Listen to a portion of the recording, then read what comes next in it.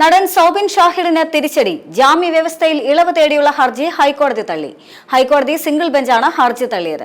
Manjummel boy സാമ്പത്തിക തട്ടിപ്പ് കേസിൽ പ്രതിയാണ് സൗബിൻ ഷാഹിർ. നേരത്തെ വിദേശയാത്രയ്ക്ക് അനുവദിക്കണമെന്ന് ആവശ്യപ്പെട്ട് സൗബിൻ എറണാകുളം മജിസ്ട്രേറ്റ് കോടതിയെ സമീപിച്ചിരുന്നു.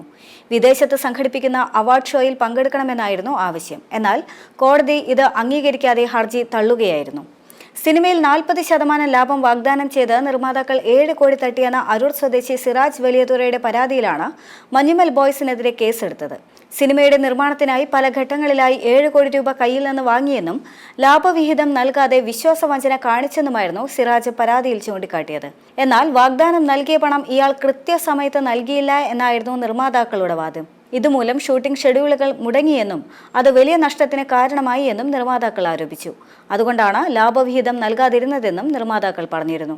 കേസ് റദ്ദാക്കണമെന്ന് ആവശ്യപ്പെട്ട് നിർമ്മാതാക്കൾ ഹൈക്കോടതിയെ സമീപിച്ചിരുന്നുവെങ്കിലും അന്വേഷണം തുടരാനായിരുന്നു ഹൈക്കോടതിയുടെ നിർദ്ദേശം. ഇതിന് പിന്നാലെ സൗബിനെ മരട് പോലീസ് അറസ്റ്റ് ചെയ്യുകയും ജാമ്യത്തിൽ വിടുകയും ചെയ്തിരുന്നു. M5 news, Kochi.